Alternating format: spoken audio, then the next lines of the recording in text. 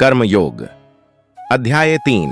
जायसी चेत कर्मणस्ते मता बुद्धिर्जनार्दन तत्किं कर्मणि घोरे माम नियोजयसी केशव इद भावार्थ। अर्जुन बोले, हे जनार्दन, यदि आपको कर्म की अपेक्षा ज्ञान श्रेष्ठ मान्य है तो फिर हे केशव, मुझे भयंकर कर्म में क्यों लगाते हैं। व्यामिश्रणेव वाक्येन बुद्धि मोहयसीव में तदेकम वद निश्चित्य येन श्रेयोहमाप्नुयाम दा भवार्थ। आप मिले हुए से वचनों से मेरी बुद्धि को मानो मोहित कर रहे हैं, इसलिए उस एक बात को निश्चित करके कहिए जिससे मैं कल्याण को प्राप्त हो जाऊं। लोकेस्मिन् द्विविधा निष्ठा पुरा प्रोक्ता मयानघ ज्ञान योगेन सांख्यानाम कर्म योगेन योगिनाम उस भावार्थ। श्री भगवान बोले, हे निष्पाप, इस लोक में दो प्रकार की निष्ठा, साधन की परिपक्व अवस्था अर्थात पराकाष्ठा का नाम निष्ठा है, मेरे द्वारा पहले कही गई है। उनमें से सांख्य योगियों की निष्ठा तो ज्ञान योग से माया से उत्पन्न हुए संपूर्ण गुण ही गुणों में बरतते हैं ऐसे समझकर तथा मन, इंद्रिय और शरीर द्वारा होने वाली संपूर्ण क्रियाओं में कर्तापन के अभिमान से रहित होकर सर्वव्यापी सच्चिदानंद घन परमात्मा में एक ही भाव से स्थित रहने का नाम ज्ञान योग है। इसी को संन्यास, सांख्य योग आदि नामों से कहा गया है।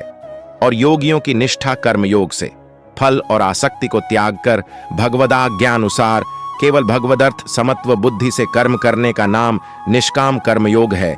इसी को समत्व योग, बुद्धि योग, कर्म योग, तदर्थ कर्म, मदर्थ कर्म, मत कर्म आदि नामों से कहा गया है। होती है अन्न कर्म नाम नारंभान्नैष कर्म्यम पुरुषोष्णुते न च संन्यासनादेव सिद्धिं समधिगच्छति भावार्थ। मनुष्य न तो कर्मों का आरंभ किए बिना निष्कर्मता जिस अवस्था को प्राप्त हुए पुरुष के कर्म अकर्म हो जाते हैं अर्थात फल उत्पन्न नहीं कर सकते, उस अवस्था का नाम निष्कर्मता है।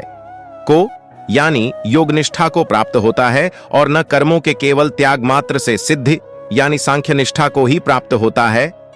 न ही कश्चित क्षणम पिजातु तिष्ठत्य कर्मकृत कार्यते ह्यवशः कर्म सर्व प्रकृति जैर गुणै भावार्थ। निसंदेह कोई भी मनुष्य किसी भी काल में क्षण मात्र भी बिना कर्म किए नहीं रहता, क्योंकि सारा मनुष्य समुदाय प्रकृति जनित गुणों द्वारा परवश हुआ कर्म करने के लिए बाध्य किया जाता है। कर्मेंद्रियाणि संयम्य य आस्ते मनसा स्मरण इंद्रियार्थान विमूढ़ात्मा मिथ्याचार स उच्यते भावार्थ।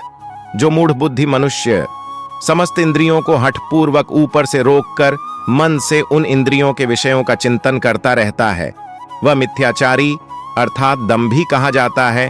यस्त्विन्द्रियाणि मनसा नियम्यारब्धेर्जुन कर्मेंद्रियः कर्मयोग मसक्तः स विशिष्यते भावार्थ।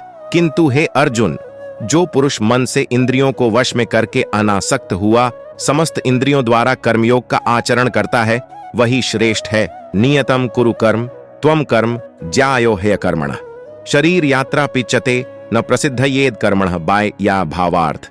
तू शास्त्र विहित कर्तव्य कर्म कर, क्योंकि कर्म न करने की अपेक्षा कर्म करना श्रेष्ठ है तथा कर्म न करने से तेरा शरीर निर्वाह भी नहीं सिद्ध होगा।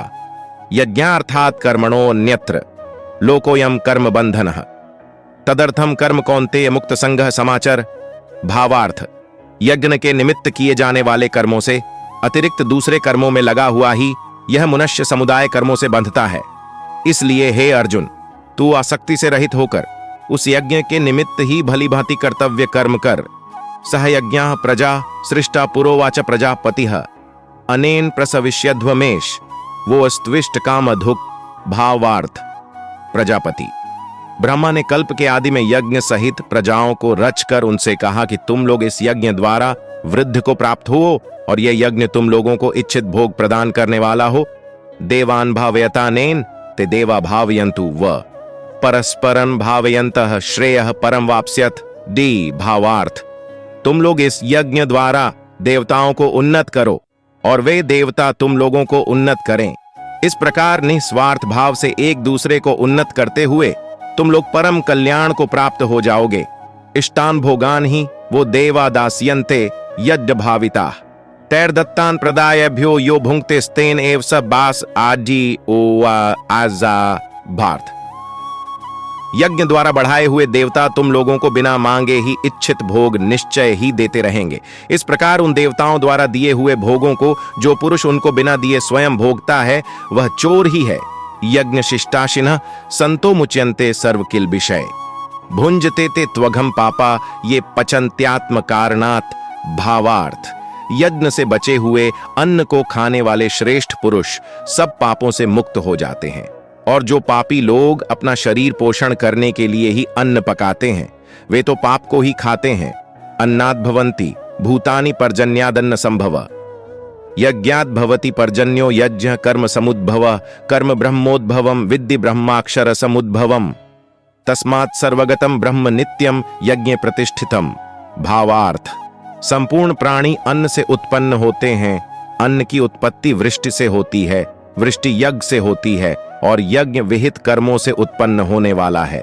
कर्म समुदाय को तू वेद से उत्पन्न और वेद को अविनाशी परमात्मा से उत्पन्न हुआ जान। इससे सिद्ध होता है कि सर्वव्यापी परम अक्षर परमात्मा सदा ही यज्ञ में प्रतिष्ठित है।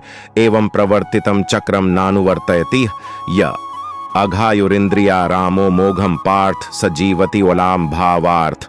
हे पार्थ, जो पुरुष इस लोक में इस प्रकार परंपरा से प्रचलित सृष्टि चक्र के अनुकूल नहीं बरतता, अर्थात अपने कर्तव्य का पालन नहीं करता, वह इंद्रियों द्वारा भोगों में रमण करने वाला पापायु पुरुष व्यर्थ ही जीता है।